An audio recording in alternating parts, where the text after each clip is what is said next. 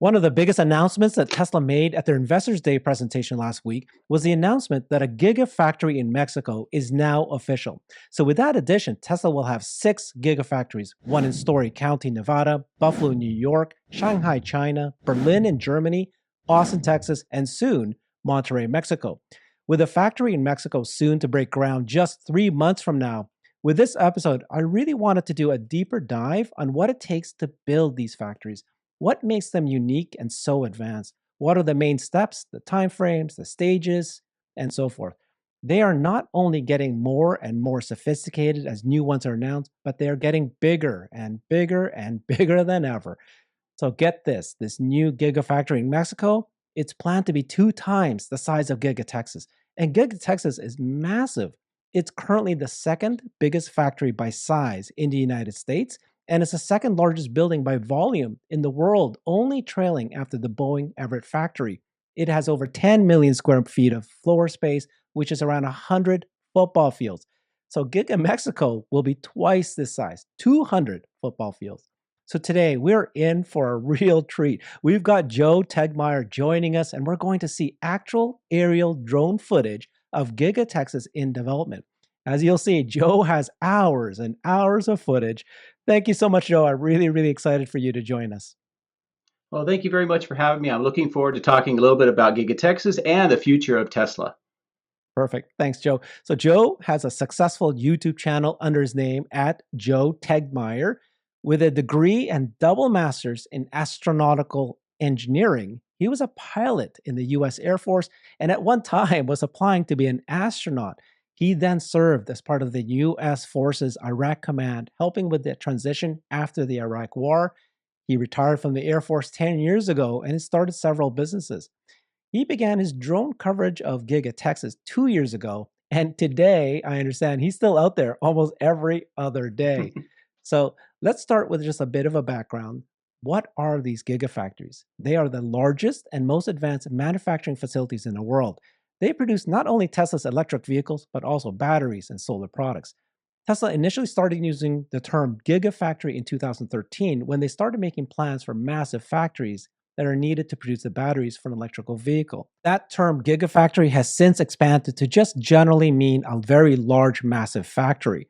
Giga Shanghai is Tesla's most productive factory so far, but what is more impressive, it only took 9 months. Yeah, 9 months from start of construction to the first Model 3s being delivered in December 2019. So why did I mention this? Well, because Tom Zhu, who was previously Tesla's head of China and recently promoted to be number 2 position, and is now in charge of global production, sales, delivery, and service, and represents all of Gigafactories. Last week, he stated that he's shooting to get the Gigafactory in Mexico to beat that 9-month record. Giga Texas is Tesla's main factory for the upcoming Cybertruck and the Tesla Semi, and produces Model Y cars for the eastern United States. It also serves as the site of Tesla's corporate headquarters.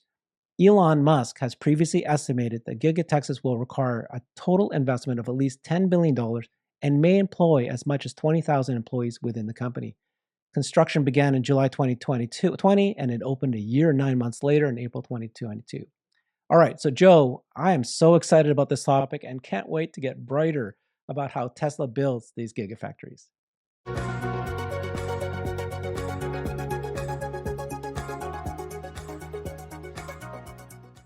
Well, thank you again. Appreciate you having me here, and it's been quite an adventure for me for the last nearly 3 years of covering Giga Texas. And it all started when they made the announcement back in July 2020, and I decided to go up there, find out where it was located, and start the drone flying, and it kind of went from there. And it's just been an amazing amount of changes, progress. And just continued development at Giga Texas, going from what used to be just a sand and gravel mine that was abandoned to now a world-class factory that is producing world-class cars and getting ready to have a lot more expansion coming up as well. So, based on what you saw and all the footage you did tracking Giga Texas, the big question people are asking right now is how likely is it that Tesla can actually bring Giga Mexico up in less than 9 months from start of construction to its first vehicle? What do you think? I think it's going to be a challenge, but Tesla is probably uniquely situated to try to make that happen. And, we've seen, as you mentioned, quite a bit of gigafactories that have been built over the last several years.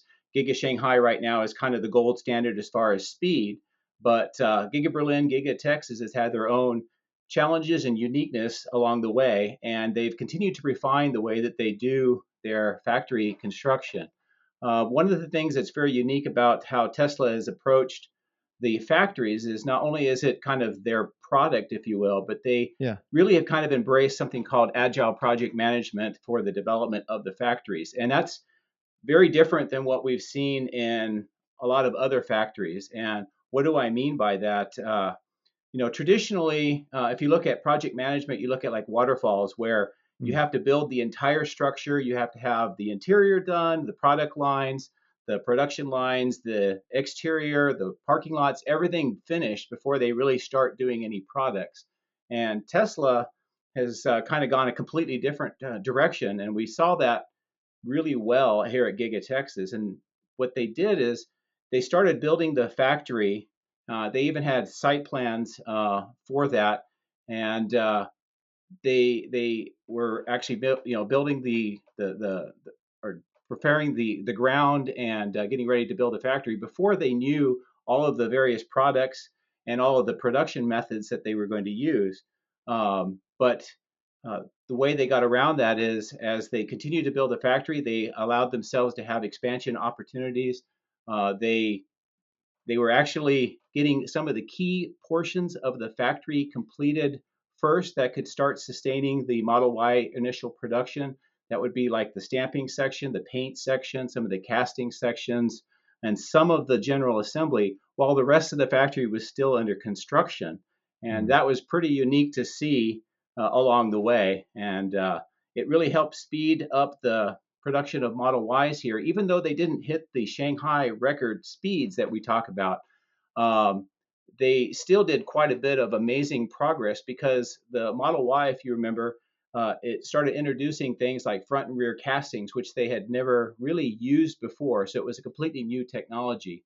And they were also trying to introduce the 4680 battery pack and the structural pack to the Model Y, which was unique across all the rest of the factories. So those presented some challenges, which kind of slowed a little bit of the construction, but nevertheless, they were able to do that at the same time that and they continue to this day, continue to build the factory while they're doing production. And that's just been kind of amazing. Yeah, love it. So you had definitely agreed that the factory is the product, and you are Mm. watching the most important product that Tesla Yeah. is creating. I want to show some of your drone footage right off the bat because this is Okay. just beautiful. And while we're showing this, and I'm going to play this, go ahead and tell me a little bit more about what we're watching here and how what this represents. Okay, well, this was taken at the end of July 2020. This was actually 5 days after Tesla had made the formal announcement that Giga Texas was going to be built here in Austin. And as you can see, there's already work that's being done here to get rid of some of the ponds and the hills that were that were left over from that sand and gravel mine. And what you're seeing here is the preparation of what eventually would be the area for the foundation for the factory. Now, something that is important to note as you're watching this video and you're wondering, it's only 5 days in, how did they get this far so quickly? And I think this is going to be important for Giga Mexico to try to hit those milestones is that before they made the formal announcement, obviously they had been doing a lot of preparation work, building the permits, talking to various local and state leadership, and really just getting everything ready to go so they could hit the ground running. And I think that played a huge role in being able to see what you're seeing here on the screen so quickly.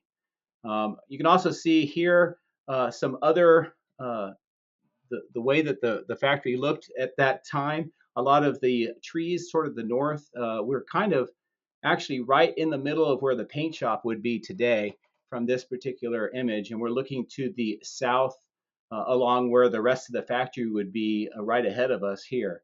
But using that agile project management approach, getting ahead of the game, lining up a lot of the contractors and getting them onto the site as quickly as possible was very critical to to the progress that we saw here at Giga Texas. And if we're going to relate that to Giga Mexico, I know that some of that's already going now, but they're definitely going to have to be on the game, get that moving. So as soon as they get the final go ahead with permits and so forth, they should start making that site look very similar to what you saw on the screen there.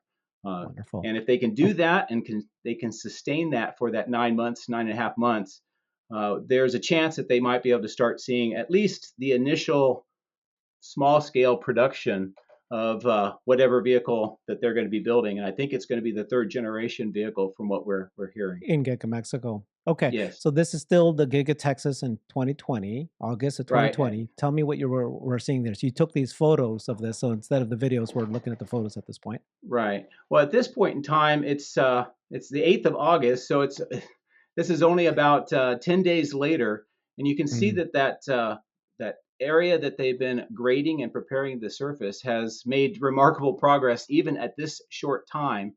And if you look at the satellite image, you can see how much of that land, and this is the area which was phase one for Giga Texas, just how much of that was already cleared, and the work to get the grade to a point where it was leveled enough so they could start doing something called geopiering. Geopiering is sort of piers that they put into the ground to help support and stabilize the soil and give it the load bearing strength necessary to support all the columns that support Giga Texas. So here in just a week, not even 2 weeks after the beginning of that work, you can see just how much they've progressed. gotcha. Okay, and then what's this? This This is is before the in two the months early before. of July before they had Yeah, started anything. So not even one gotcha. month before, you can Yeah, see what that exact same spot in the ground that's what looked it looked like. like. Gotcha. Okay, that's what's before, and this is the after, all in a couple Exactly. of months. So they And move the very, very satellite fast. images, you can see the Yeah. difference as well.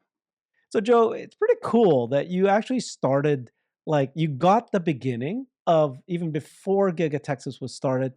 This is a good point for you to tell me. How did you get into this? Why did you buy a drone and started documenting this? Yeah, well, it's kind of crazy, but I'd actually been watching Wu Hua and Jason Yang over at Shanghai, and they were doing a lot of their own drone coverage of the early days of Giga Shanghai and documenting how it progressed from, in their case, just a muddy field to a factory in a record-breaking time. Mhm. And also at the early days of Giga Berlin, I followed Tobias Lind, the Wolfpack brothers, and also watched what they were doing as well. And when I found out that they were doing Giga Texas, I thought, well, this might be something of interest. So I actually live in San Antonio, but I went up to Austin. I was able to find the place and just started taking some of the videos, not only because I've watched previous drones, but just because of the nature of Giga Texas, how big it is, and at that time, the hills and the ponds and so forth, you really couldn't see a whole lot unless you were in the air. So that's kind of how I got started doing this, and the the impact has been just amazing. The number of people around the world, the interest level, people that have come from all over the world just to come to Giga Texas, and Yeah. a lot of it has to do with my videos or other drone pilot videos. It's just been amazing, well beyond what I thought I was getting myself into when I first started this, to be Well, honest. yeah, your videos are gorgeous to look at. I mean, this aerial view, and you know where to go, and then you don't just show people what's changing. You are able to actually, I don't know what you do, but you research it, and you can say you know exactly, or you research it and you talk to people to find out what exactly are they doing and why are they doing it, and then that kind of knowledge is pretty cool. Yeah. I Well, I found think out you not do. only with me watching the other videos from the other factories, I kept wondering what is that thing that they're looking at, or why are they doing that? So I thought if I was going to do it here at Giga Texas, I would try to help answer those questions, and the reception of me doing that has been very positive. Yeah, I love your photos, your videos. Okay, so show me now the milestones, right? So you went from just trees, and then you've got, the initial land preparation. Mm. Is it fair for me to look at this next video here, your year in review of 2021? So that was in Sure. August of 2020. Are we going to be able to see it here, or are we missing some slides that you want to cover first? I don't know. Let's take a look at this particular one, and I'll kind of look our way through it. This would have been the, let's see, yeah, this is looking back over the year of 2021 now and the changes. So what you just saw there in this pretty quick progression Nice. there is what it looked like in January. Here it is in May. Here's it Yeah. in June. This is Yeah. 1 year point. This is Wait. at I should pause August. it. Wait. Okay. Okay. That's going too fast. Yeah. That was from January to September. We just Yeah. saw it go boom. Here we go. Right. I got to pause. It's too fast for me. Yeah. I love that you did this. That was gorgeous. Okay, I'm just keep playing it until December. Let's keep saying it. Oh my gosh, Okay. that is quick from No 1 month, problem. Yeah, and there's just, December. and then when they get to December, it'll be not even 18 months at that point in time. And believe it or Really? not, even uh, at that point in December of 2021, which is not even 18 months, they were already getting ready to start limited production of the Model Ys. Gotcha. And so this is Giga Texas, and the Giga Texas took how long total? A year and a half? Well, that's something that's difficult to quantify, and it goes back to that agile project management approach.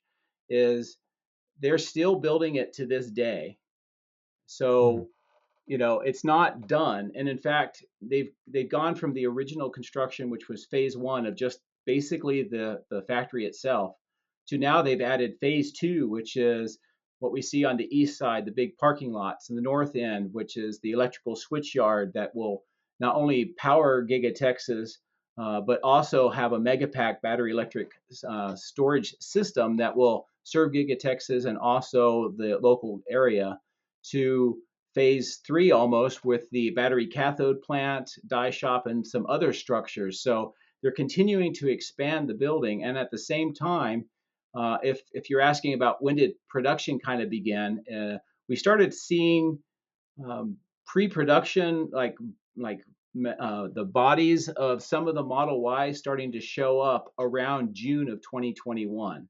So even though the factory itself was still, you know, a big construction site, they were bringing in some of those bodies in white, which is basically the metal body without paint. So they were already bringing that in around May June of 2021, and they started making sort of larger production volumes later that year, and then they were able to do the finished cars that they sent off to, say, the National Highway Traffic Safety Administration, to start getting those tested so that they could be able to sell the vehicles. All that was being done in December 2021 through Mhm. about February of 2022. So it's just amazing. And as you can see by these images here, it still looks like a big construction site, right? But they're Yeah. also doing production of some of the earliest parts of the Model Y already. Oh my gosh. Okay. Gotcha. So that's why it's deceiving a little bit. While we see it bought up, they're already producing some cars. Exactly. Wow, this is gorgeous. Okay. So let's get to what is it? Does it make sense for us to get to 2022, or did you want to show some of your slides first? Um, well, if you want to, like the attachment number two, if you want to just click on that and you can bring it up. What I'm going to show you here is this is you can go to that second slide, This one here. the third slide. Okay. Yeah, what I'm showing you here is this is the way the site plan and the construction looked like in September 2020. And what you're seeing here is an actual document. It was on the City of Austin public permit site at that time. And you can see the familiar shape of Giga Texas right in the middle there. But that was pretty much what they were working on for phase one only. And a lot of my early videos that we just talked about showed the construction of the building. Now, the interesting thing is because of that agile project management approach that they have been using, is this particular site plan was revised dozens of times along the way. And it continued to add features, make big changes, some detailed changes, some large changes. So I guess the reason why I'm showing you this is when we're thinking about, say, like Giga Mexico versus what's going on with Giga Texas, and I think may help Giga Mexico more, and maybe a lessons learned from Tesla versus Giga Texas is when they made this original site plan and they started doing that construction, they really they really didn't have all of Giga Texas completely designed at that time. In fact, today, Hmm. in fact, the video I'm going to show tomorrow when I go up to Giga Texas is talking about a completely new interior portion of the southwest portion of the building for General Assembly lines 2 and 3. And to do that, they basically cut through half of the second floor. They cut through portions of the third floor. They're adding a fourth floor mezzanine, and they're putting all of the production equipment into that particular section of the building right now to support Cybertruck and other production. And Yeah. none of that was known at the time that this site plan and the building construction was underway. And I think part of that has to do with the unknown of Cybertruck as a product and also all of the production equipment that is necessary to support that production.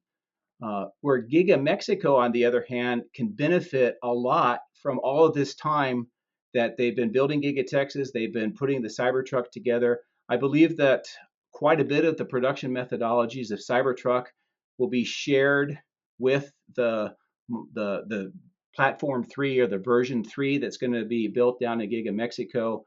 At Investors Day, we talked a lot about the production methodologies where it's kind of like the vehicle unboxed method Yeah. of Yeah. really speeding that up. I think the Cybertruck is a large part of its construction is exactly that.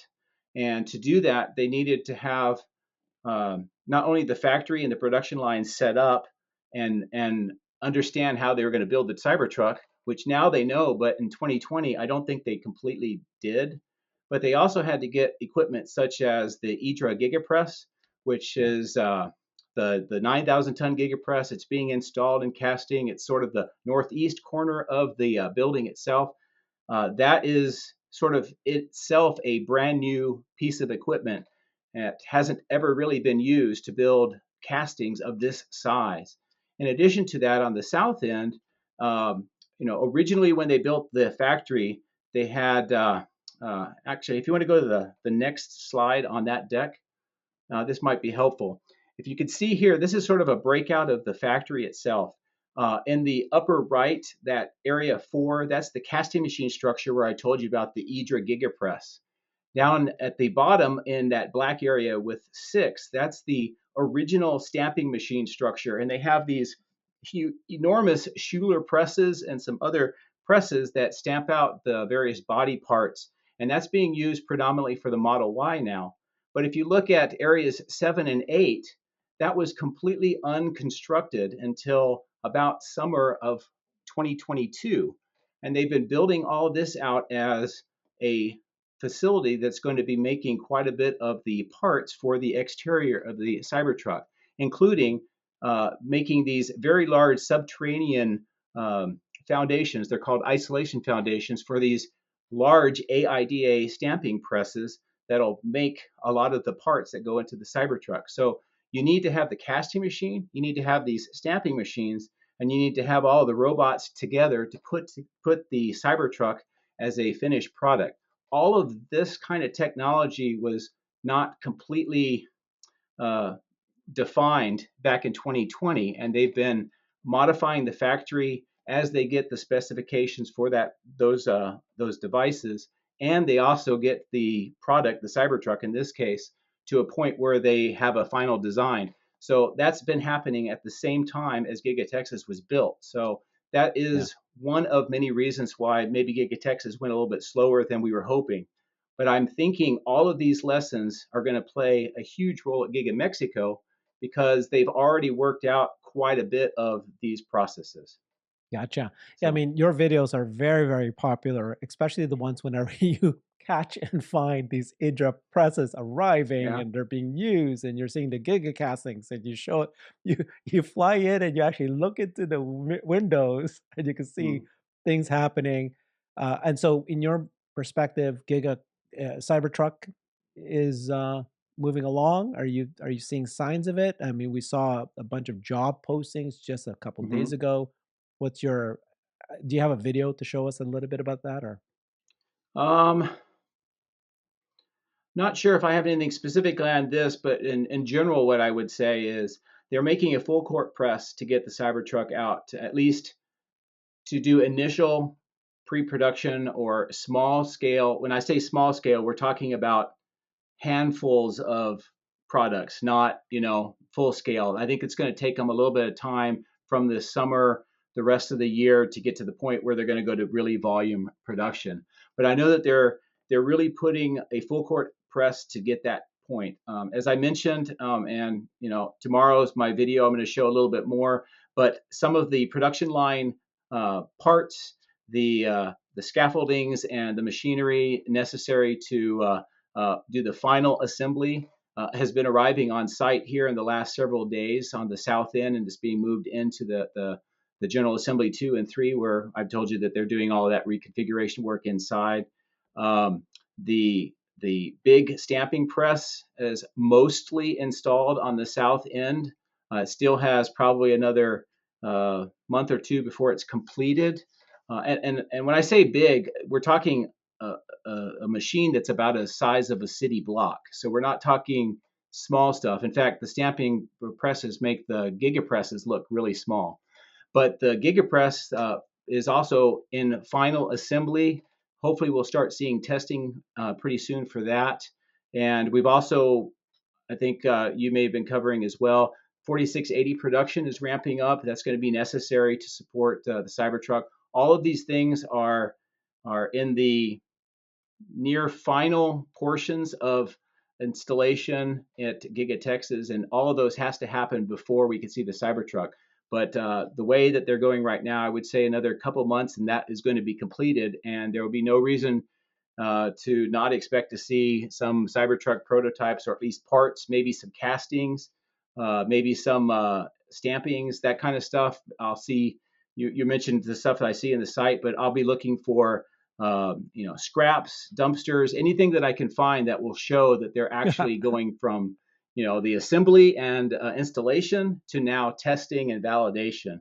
And I think we're probably within a couple of months at maximum until we see that. Gotcha. Okay, let's watch some more videos here. If this makes sense, I think what I'm about to show, right? Is this not the? Let's take a look at this. Is this your video for 2021 to 2022? This is Yeah, I think so, and I think this is starting off. This is how the factory looked in January 2021, and I think what I'm showing with the overlays is that's the paint shop. And since then, they installed a complete modular paint shop in there, and then in the last say 8 months, they've installed a second modular paint shop alongside. And that green spot was where the stamping machine, the original section, was built. And I'm just sort of showing you in this particular video, so where some of the sections are. That red part is the original small part of General Assembly that supported the initial construction of Model Ys, and then everything south of that's being expanded right now. But if you want to go a little bit farther into this video, I'll just maybe talk a little bit about what we see. Um, you can see on the left-hand side a little bit of the sun there, but that whole dirt area is now the east parking lot. It's also where the new car staging and transportation lot is located. Also, where they're doing the new vehicle supercharging and testing and calibration before they ship the vehicles out. Um, and also a little bit farther to the left, just off screen, is where they have something called Warehouse on Wheels. That's where they have the concept of using trailers to warehouse Hmm. all the parts that arrive and then move them to the factory when they are needed. And that helps save some of the floor space because they don't have to have dedicated loading docks to move all the equipment out. It saves them time because you don't have to unload, drop off, pick up, move. It's all done in a seamless manner. And another thing that it does is it speeds the process of the truckers, because all the truckers have to do is come here, drop off a trailer, take an empty one, and leave.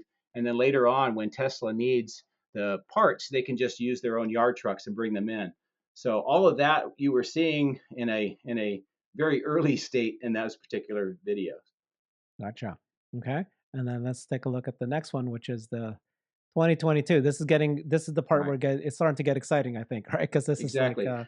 this is where it's almost coming up. Let's take a look at this.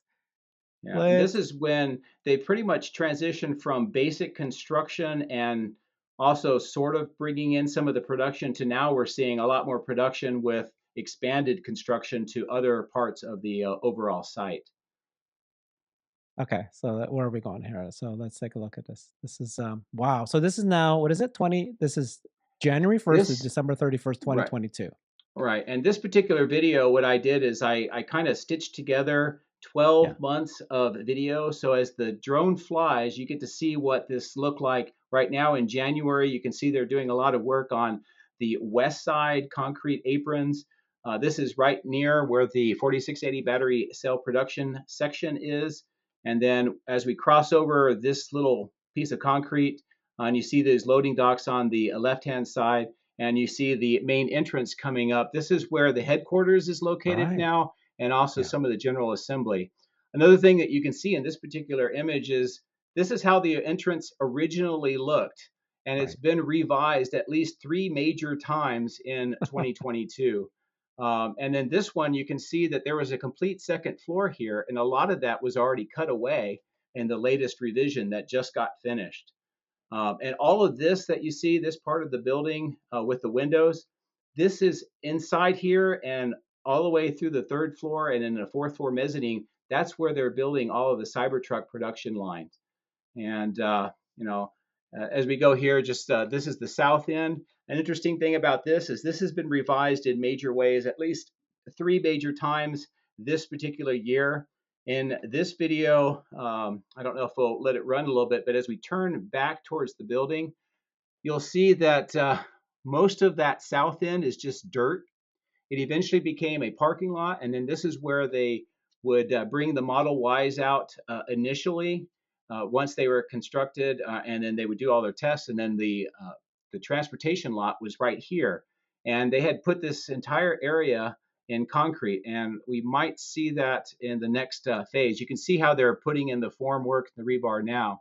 So they had all that done, and then maybe about 6 months ago, they've ripped it completely up. They brought it back down to dirt, and they're doing a lot of work right now to this day to prepare this section for another major construction project that essentially is going to lengthen this building approximately 400 to 500 feet.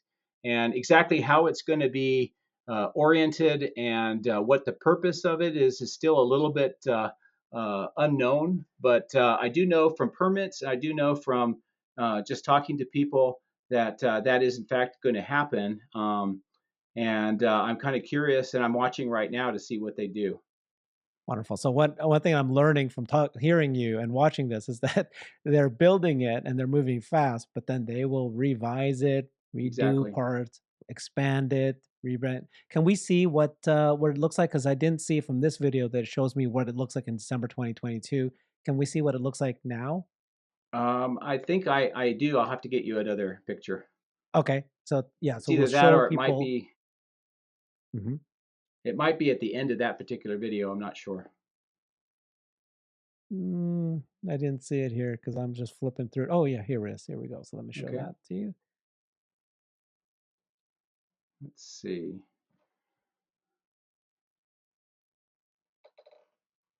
Yeah, well, see here, this is the end of the year, and now it's changed. We have a cyber pond. They have removed all that concrete, and they're preparing for new construction. And you can also see here they've been hitting a lot of milestones. This particular one was with 4680 production, Yeah. but this gives you a good idea. It looks similar to what we saw early in 2022, but it had gone through a complete stage of concrete, vehicles, transportation, and then ripping it completely out. Yeah. Tell me about the roof. Everybody keeps saying the Tesla and that is solar panel. Are these Mhm. gigafactories renewable? Like it's all the renewable energy? Is that true that they're able to It get enough is. solar power to power the whole factory? Yeah, there's actually a couple of things that they do, particularly at Giga Texas. I would imagine that they do it at the other factories. They may incorporate this at Giga Mexico, particularly with water. So I'll start with that. First of all, there's a lot of rainwater that we get here in Texas, and the roof is gigantic. So you can imagine how much rainwater it's going to collect. They build in a system that collects quite a bit of that rainwater, and then they put sort of in the middle of the building underground, they put these large vaults and they collect most of that rainwater and then they reuse it for cooling of the factory and other purposes. And in addition to that, as you can see, they've got some of the solar panels on the roof right now. It Yeah. spells out Tesla. Yeah. The solar panels are angled in such a way that if you're coming into or leaving Austin Bergstrom International Airport, you can actually read the Tesla sign. But the work on the roof is not complete. Eventually, Tesla told us at Cyber Rodeo there's going to be over 70,000 solar panels on that roof. Right now, there's only about 30,000. So they have more to put onto the roof than what they have. Most of the rest of the roof is just going to be solar panels. So you'll have that center part with Tesla, and then the rest of it will be solar panels. And I'm not sure exactly how much that's going to make, but I think it's on the order of around 30 megawatts of power. So it's a pretty big amount of power. And in addition to that, as I mentioned earlier, there's plans to be putting in a megapack just to the north of the factory, and the work for that is ongoing right now. So you can imagine that the solar panels are going to play a big role with the megapack to also power Giga Texas. But in addition to that, since Tesla is now in Texas a energy provider, they can use that to put it back to the grid and help stabilize the grid. So um, it's a big important part of Giga Texas coming up. I don't know how big the mega packs are, but I would imagine that this is the headquarters for Tesla. They're going to try to make it as big as possible to kind of highlight that and kind of show what they're doing for Texas here. So that'll be something that you can watch in my videos in the future, as I expect them to start maybe installing that sometime this summer. The biggest thing is how many megapacks can they build to meet their demand and bring them to Giga Texas, because it's going to be a pretty large number. Can you got a couple of questions, okay? And I don't even know if they're related. But the first one is, uh, how big is Giga Texas going to be? What are the new additions you expect to get added on this, right? So they've already funded it. They've already had an announcement for an expansion. I've heard that some people are saying there could actually be 7 giga, seven buildings even in there. And then what is going to be built there? Do you expect them to have the robots being built there? Is this going to be, of course, Cybertruck? What else are you expecting to be there? Well, I guess I can answer that in two ways.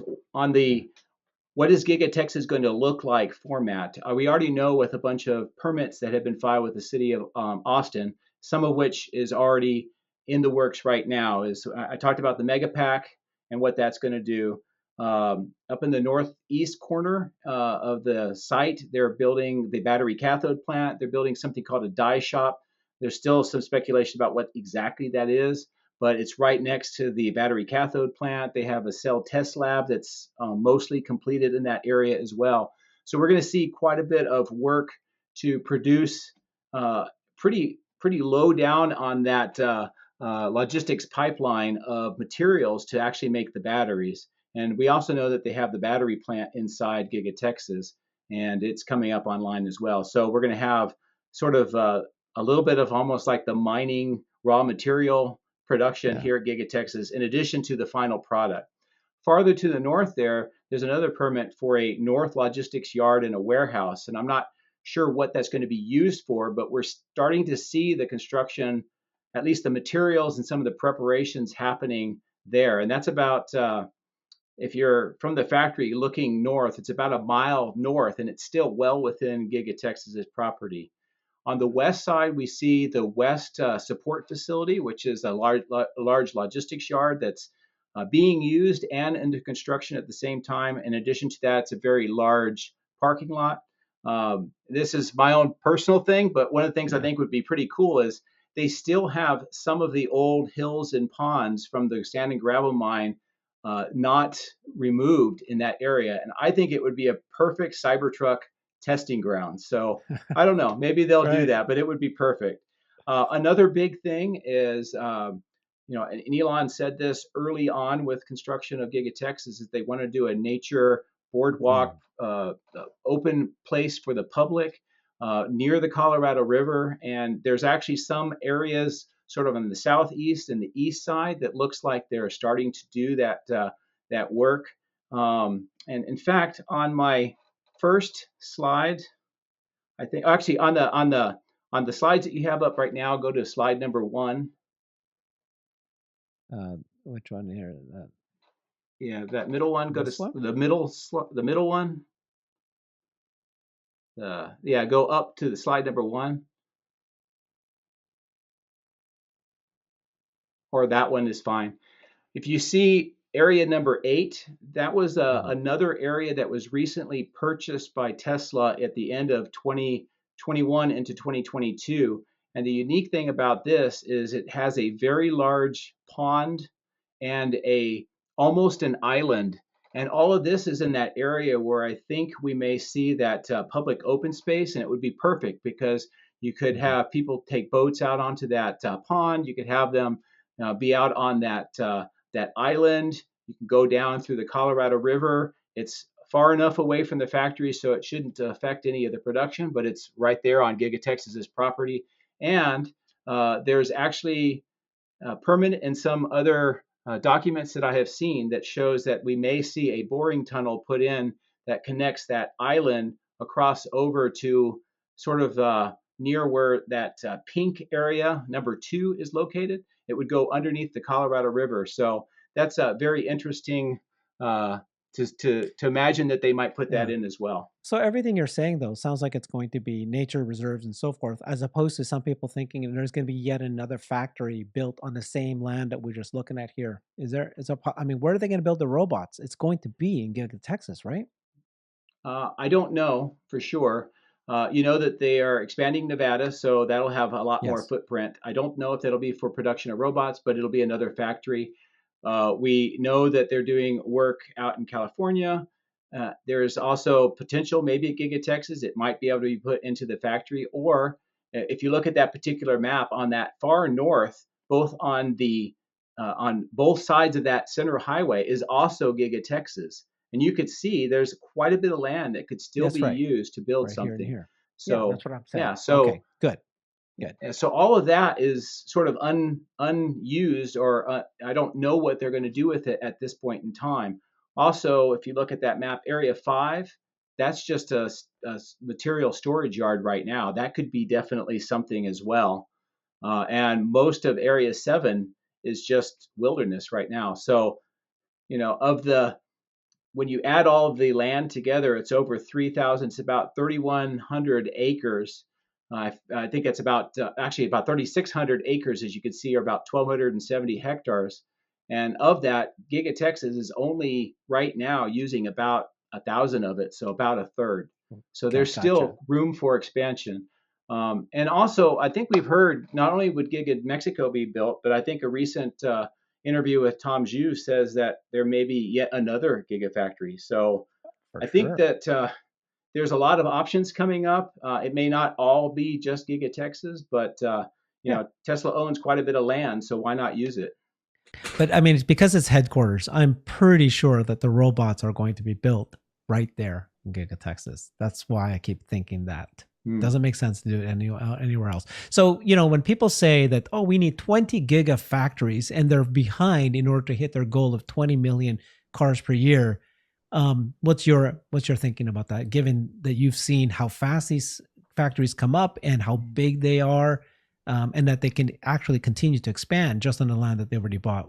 Is that true, or do you think that they will need to? Like, how many factories will they have to buy, and how fast do they need to launch them? Yeah, I'm not sure about numbers. I would think probably maybe at least double what they have right now. But you got to keep in mind a couple of things that Tesla has told us. They told us at Investors Day as well, and I don't know if people completely Hmm. realize what they were saying. And that is by innovating on their production methodologies with their vehicles going to that unboxed method, that greatly shrinks the Hmm. space, the number of people, the robots, the materials, and everything that you need to make the same volume of vehicles. So by using that, and also as they've talked in the past of using all of the volume of the factories, not just the floor space, so using the vertical and trying to increase the volumetric efficiency of the factories, I think that they may be able to produce a lot more than people think per each factory, and certainly as they continue to refine their production processes. So, I think most people, here's a good example. If you look at the original drawings and design of Giga Nevada, and then you look at Giga Texas, they look similar. They have that sort of that emerald kind of shape, but Giga Texas is actually smaller than what Giga Nevada was originally thought to be. Now they're going to build out Giga Nevada and it's going to fill out that, but I would imagine it's going to be about the same size as Giga Texas now. And then you look at some of the other designs that they're talking about for the factories, what they're going to do at Giga Nevada for the 4680 battery production versus the 2170s. The space is like a third of what they need. So if they do that, like at Giga Mexico, you were talking about its size. I don't know if the factory is going to be twice the size of Giga Texas or not. It's hard to say for sure. Because I think some people have been looking at the land space, but a lot of that's covered by mountains. But regardless of that, even if Giga Mexico was the same size as Giga Texas, with further refining, they could really push through a lot of vehicles. It could be, let's just say that they could do 4 million vehicles out of that. That's almost like 2 factories that they had planned originally. So if they get to 10 factories and they did just 2 to 3 million each, that's your 20 million. So who knows? I think the biggest thing is going to be how fast can they get the factories going, get through these processes that we've seen here from Giga Texas, the construction production, and then production part and the expansion. How fast can they get that going? How fast do they get through that process? And then how fast can they ramp up that production? I think those are the bigger keys. One other thing that I watched or I saw at the early part of Giga Texas is something to keep in mind when we think about, are they going to hit 20 million? How many factories and all that stuff is. When Giga Texas was built, one of the things that really affected it, besides COVID-19, which was right at the start of Giga Texas, was that Austin is growing really fast. And there were multiple billion-dollar projects that were going on in the city in addition to Giga Texas. And so it was very hard to get all of the contractors, the supplies, the building materials onto the site to build it. And, there's only so many cranes and earth movers and that type of equipment that's within a city. And if it's growing fast, and I'm not sure if Nuevo Leon is growing as fast as Austin is, but if they have multiple big projects, that's going to be affecting it and any other place where they have their factories being built. So, as big as we think Gigafactories are and as important they are for Tesla, and we're all excited about that, the rest of the world has a lot of other stuff going on too. So they have to compete for those resources. So I think that's something that you have to watch as we see these factories being built.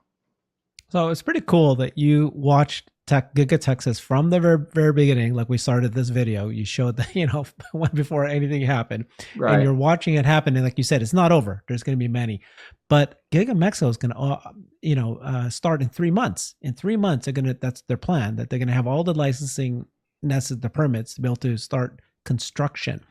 Are you and can you move to Mexico for just 9 months? It's just going to be 9 months, Joe. Just go do it, like an extended vacation. Yeah. I mean, who's going to document what's happening in Mexico? You need to find a friend or somebody. Yeah. Well, I think this is a great opportunity for somebody to have a new YouTube channel that we can all watch. I think that would be great. There actually have been a few people in that area that have reached out to me, at least initially, saying that they were interested in doing that and that they might want to talk a little bit about how to approach this. And I think that's good. I wish that I had somebody like that when I started, because like I said, I didn't know what I was getting myself into. There's the getting to the place and flying the drone part, and then there's getting good video and editing it and figuring out what social media is like. All of those things I had to learn basically from scratch.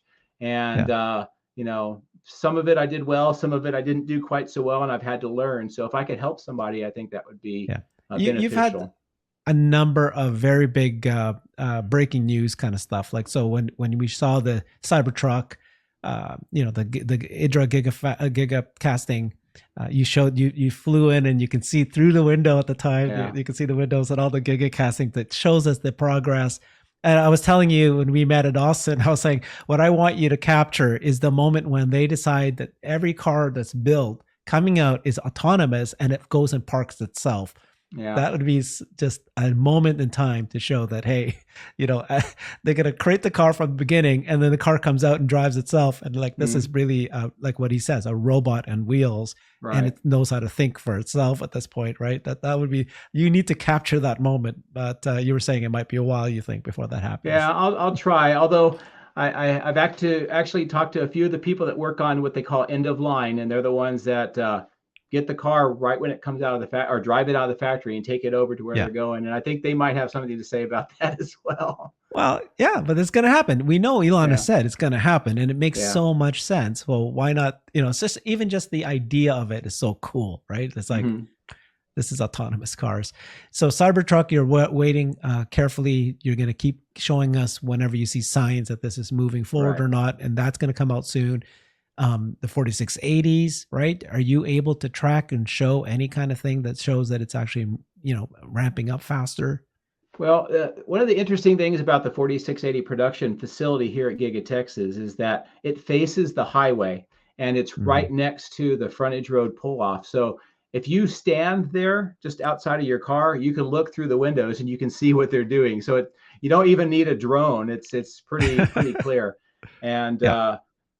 but yeah, actually one of the things that's sort of interesting that you can't see on the drone or the video, and I haven't mentioned, but when I fly from the north end to get the drone going out, I'm flying sometimes downwind of the 4680 production facility, and on the top of the roof they have some cooling towers and some vents, and I can smell the materials that they are making to do the dry electrode and other parts of it. So I know when they're building it, it's pretty easy. It's happening. Gotcha. Yeah. That's definitely happening. Yeah. Watching more production equipment moving in there. There's still more production equipment that's coming in. They're setting up more lines, so I'm watching for that. The biggest thing right now is, of course, the battery cathode plant as they're setting all that up, which is very interesting. Another thing sort of related to that I get a lot of questions about is about 2 hours south of me here in San Antonio at Corpus Christi. They're building the new refinery. And it's started now. They said that they would be able to commission it by the end of this year. Commissioning means basically the building is ready to be used. It doesn't mean that they're making product, but if they hit those milestones, it'd be pretty cool. But I've had people ask me if I could go down there and fly around there and take a look too. And you're I don't talking know. about the We may. lithium Yes. refinery. And Elon was asking, he said, the person asked them, I said, typically these refineries take 7 years. So it's going to be quite a bit. And Elon said, our plans is for it to start producing in 2 years. Right. And like I said, commissioning by the end of this year, which means they can start doing low scale testing and starting to get the materials in. And so in addition to building the building, the things that I would look for is, when do we start seeing initial shipments from raw materials? Who are they working with? Where is it coming from? When you start seeing those, you can sort of put the pieces together and figure out when are they going to start doing production and that kind of thing. Oh my God. With the Cybertruck, like I said, the things I'm going to be looking for, believe it or not, is like scrap material, test castings. Those kinds of things will give me a good indication of whether they're building it or not. With the Model Ys, the interesting thing is sometimes they would leave early on. They would leave Model Y bodies in a place where you couldn't miss it with a drone. I think they did that on purpose. So we might see some of that with the Cybertruck as well, because they know that if I or one of the drone pilots gets a picture of it and it gets out, everybody knows, and it's a great way to let the world know, hey, they're making progress. So that'll be some of the stuff I'm looking for. What's really, really cool is that you did get Elon Musk's approval because of what you're doing. So can you very briefly, you started out there, you started, flying your drones over their factory, right? So most companies will say, stop this. And then did you get a warning or something? And then somehow Elon said, hey, I'm gonna let Joe go ahead and keep keep doing these drone flybys. Tell me how that happened. Well, first of all, it is very unique for a company like Tesla to allow this, but you see it at SpaceX down at Boca Chica a lot too. There's 24/7 coverage. So Elon and his companies tend to allow this, which is amazing, and we've seen that with other factories as well. When I first started, there was actually four of us that were kind of we call ourselves the Quad Squad, and there were four people that flew drones. And in the early days, it was kind of neat because I would fly in the morning. Randy might fly in the evening, and Jeff might fly in the morning, and Jack some other time. So we could actually see progress within a day. Wow. Fairly quickly, there became a little bit of a question from the on-site security, which was a contract security. Also, some of the contractors that were working there that also flew drones. Of whether or not we could or could not do that, and it was Jeff that actually got a warning from the security, and we Yeah. reached out to Elon, and very quickly he came back and he gave us permission, and he gave us a few rules of what we had to avoid. We don't want to come up on people. We don't want to interfere with what they're doing. We want to be respectful for what Tesla's trying to do out there. So that was the start of it, and we obviously got his approval, and from that point on, it was never an issue. That also allowed us to talk to the contractors, to the Tesla had their own drone pilot as well, and security. We came up with certain guidelines of how we would conduct ourselves and operate, and sort of deconflict the airspace, if you will, between the contractors, us, and make sure that we didn't have any drone issues. So that happened pretty quickly in the process, and it's been pretty stable since then. Wonderful. Thank you, Joe. This was exactly what I was hoping for. You made me brighter. I now know a lot about gigafactories that I knew nothing about. They are pretty incredible because, as we said at the beginning, this is the product. This is Tesla's product. And if they can make gigafactories faster, more advanced, then no other competitor can beat them. They're going to be able to accomplish their massive goals. You are witnessing history. Elon kind of allowed you to do what you're doing. To a certain extent, of course, but you are witnessing history and you're documenting it for all of us. And if you stop and think, and I know you do, I mean, we're talking Cybertruck, we're talking 4680 batteries, we're talking about the, the future. This is the headquarters of Tesla. And I think you're going to be able to see the robots, and you're going to be able to, I hope so. know what you're going to see the robots being built right there. You're going to documenting that. Well, if I see a bin with robot parts being scrapped, I'll let you know. Exactly. And I keep telling you, I really want you to capture the first time that a car drives itself out and parks itself by itself. I don't know why. I think it's a big deal, and it's just kind of cool. That's all for me. But thank you, Joe. So everybody, please follow Joe. He's on Twitter at the handle Joe Tegtmeyer. I'll put that down in our description.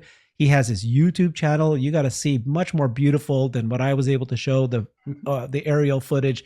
And the difference about Joe, as you will see, is that he knows his stuff. So it's not just this beautiful image of, oh my God, that's gorgeous. He's going to tell you what you're looking at. And I just learned a ton just today, and there's going to be so much more. So I'm going to be watching more of your videos. But thank you very much, Joe. This was great. You're awesome. Appreciate this. Well, I appreciate it. Thanks for the opportunity to talk. And as I say to everybody, thanks for watching. Is that what you do? Yeah. Thanks.